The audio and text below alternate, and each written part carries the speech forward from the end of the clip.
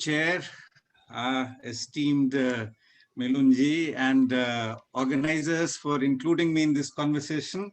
I will stick to the core theme that the chair has outlined for me, but I'll simply reverse the order in terms of the two connected themes that we have there.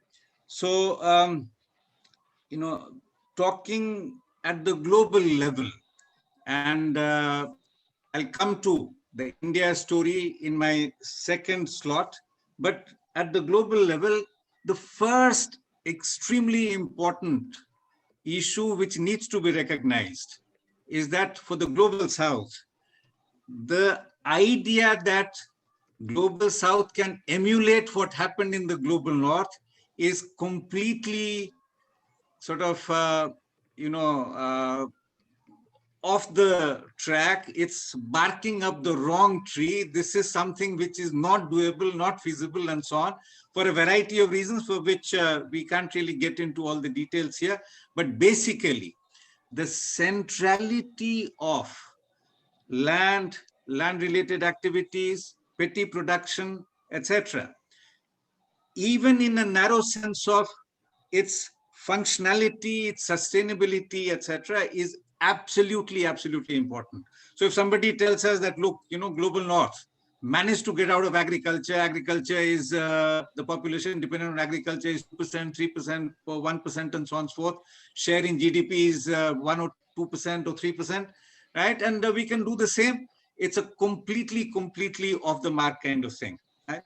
That's the first very important kind of issue which needs to be recognized. Let's say if we look at in the context of developing countries, and China is supposed to be the country which has outdone any other let's say development experience. In fact, it has outdone many of the developed countries in terms of their performance over a period of time, their structural transformation and so on. But look at China. Look at the dependence on agriculture there, the dependence on land and petty production and so on. And that is something which is not going to disappear in certainly the foreseeable future.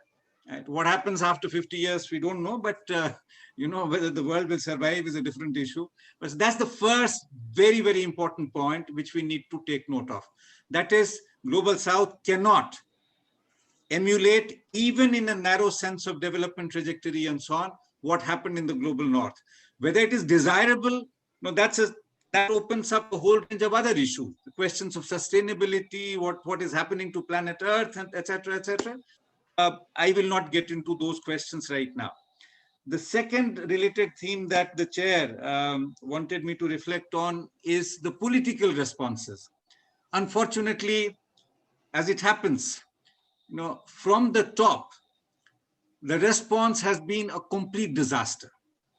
That is, I'm talking of the elites in each one of these countries, in global south and so on. Every once in a while, you have a committee being set up. In that short video which you saw, Ekta Parishad is a party to committee formation. A document was signed, and it was completely dishonored. Right? I mean, in fact, the committee gave its report and etc. And for 5 years, the government of the day, which certainly was a slightly more sensitive government to the government that India has currently, but it had no time even to look at the document. So that's one example of the political response from the top. And when I say top, I am referring to the entire range of institutions at the top. These include institutions which are part of the UN system. Just now, a particular reference was made to the UN Declaration on the Rights of Peasants and other people working in rural areas. We can think of a number of other initiatives which have been taken in the past, again through the UN institutions. So for instance, voluntary guidelines on responsible governance of tenure of lands, fisheries, and forests, and so on. Again, I mean, what do you notice? That most of these are not respected almost at all. There's a lot of talk, but there is very little kind of attempt to pay any heed to its core messages and so on. As regards the national elites, fewer sort of, so, you know, I don't know, one does not want to be extremely dismissive, but I would say that the disappointments are really large. Yeah.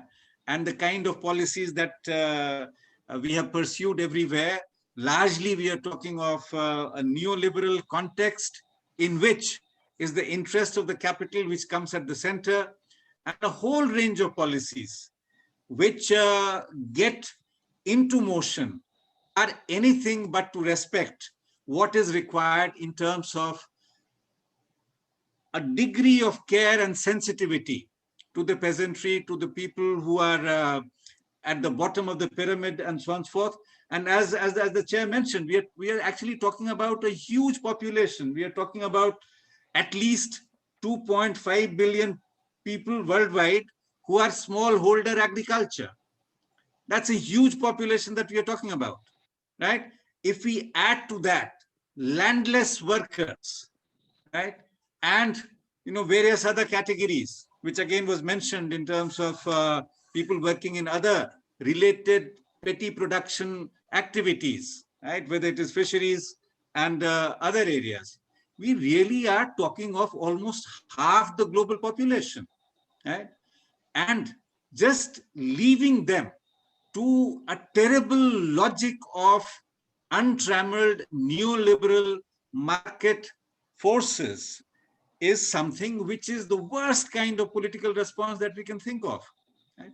And this is something which we have seen, especially in the last few years, becoming worse, last 30 years or so. But even in the last couple of decades, last decade and so on, the range of things which have been done to them through a whole range of policies. So reports tell us that land inequalities are increasing very rapidly in almost every country in the global south.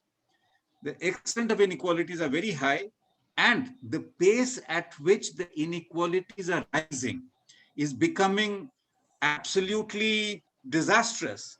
So how do we deal with all these issues? Now, as we know... Professor Jha, can I just ask you to sum up? You'll have another round in a few minutes. Yeah, sure. So 1 minute, Chair, is that okay? Yeah, okay. Okay. So basically, what is that the whole vulnerability on the land question and entire petty production in general, all that is worsening, as we know, that is at the center of the well-being for the masses in general in the global south. And secondly, almost every other important indicator of their well-being is connected with land.